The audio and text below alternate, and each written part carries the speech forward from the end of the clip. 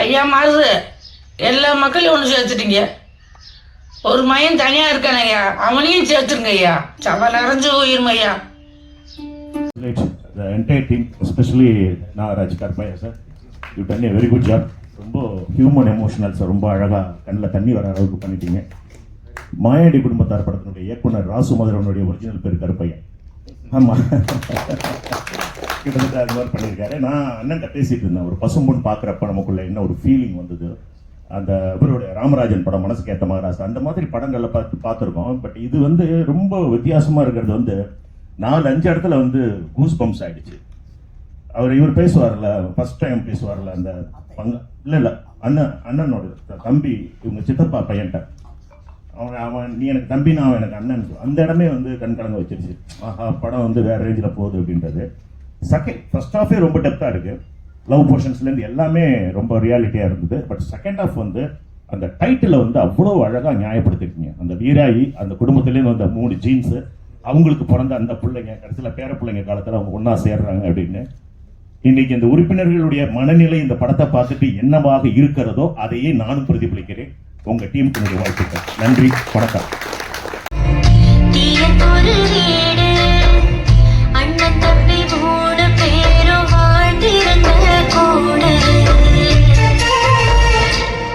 Screen present பண்ணாங்க, அந்த பொறுப்பு அவங்க சிறப்பாக செஞ்சதுக்கு உங்கள் சார்பாகவும் நான் நன்றியை தெரிவிச்சுக்கிறேன். இப்போ அண்ணன் தேரரசு அவர்கள் பேசுவார்.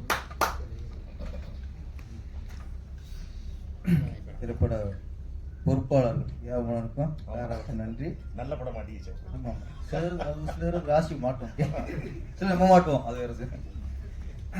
அது இந்த படம் நேற்று பார்த்து இந்த படம் ஏற்பாடு பண்ணி ஹெல்ப் பண்ண நம்ம ஆர்கே கண்ணன் வாழ்த்துக்கள். அனைவருக்கும் வணக்கம். நல்ல ஒரு திருப்தியான படம். பத்திரிகைகள் பாராட்டுறது, மக்கள் பாராட்டுறாங்க, அது விஐபிகள் பாராட்டுறாங்க. அப்படிங்கிறத விட இந்த படம் உண்மையான ஒரு ஆரோக்கியமான ஒரு படம் அப்படிங்கிறதுக்கு நம்ம உறுப்பினர்கள் சாட்சி பெஸ்ட். ஏன்னா இன்டர்வலில் போய்ட்டு உள்ளே வரும்போது ஒரு 5-6 பேர் கை கொடுத்தாங்க. சார் சூப்பர் படம் சார் நல்லா. அங்கேயே இது தெரிஞ்சு வச்சு இது வந்து நம்ம ஹார்ட்டை கொடுத்துருக்கோம். சில படம் குறிச்சி படம் மாதிரி எப்பாவது போக்கும்.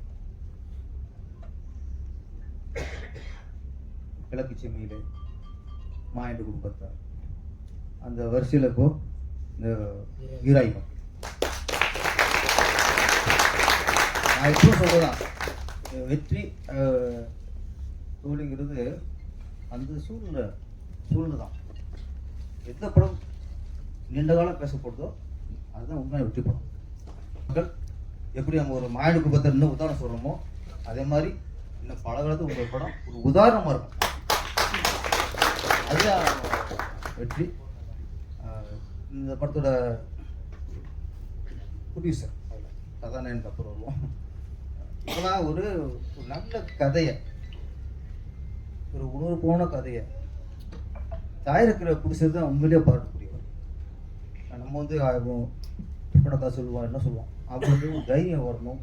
இந்த போட்ட காசு கிடைக்குமா கிடைக்காதா அப்படிங்கிற ஒரு இதெல்லாம் இருக்கும். அதையும் மீறி ஓகே ஒரு நல்ல படத்தை எடுக்கணும்னு வராங்களே அவங்களுக்கு நல்ல கைதிட்டம் வந்து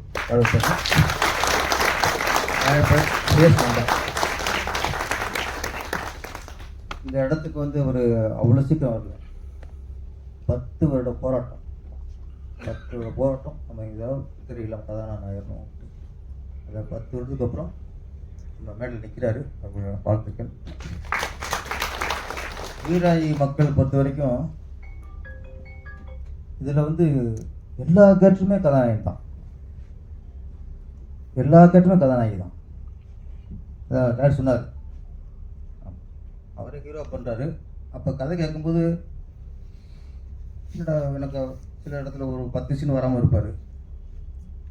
இப்போலாம் சில ஹீரோ கதை கேட்கும்போது தொடர்ந்து 3 சீன் வளையினாலே கதை பிடிக்கல.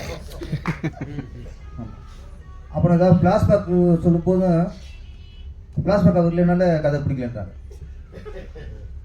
ஏன்னா ஒரு 10 நிமிஷம் கிளாஸ் போகும், அந்த 10 நிமிஷம் அவர் இல்லையா. எல்லா சீன்லையும் அவர் தான் அது நல்ல கதை.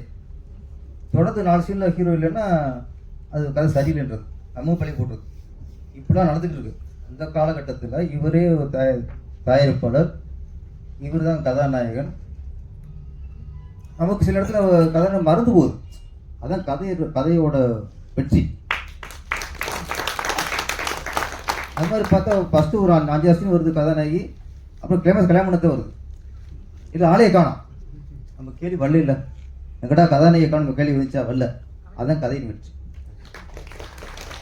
நம்ம ஹீரோவை தேடலை, கதாநாயகியை தேடலை, இடையில வில்லியும் காணாம போச்சு. அதையும் தேடலை, கதையை மட்டும் தேடிட்டே இருக்கோம். அந்த உணர்வோடு போயிட்டு இருக்கோம். ஒரே ஒரு விஷயம்,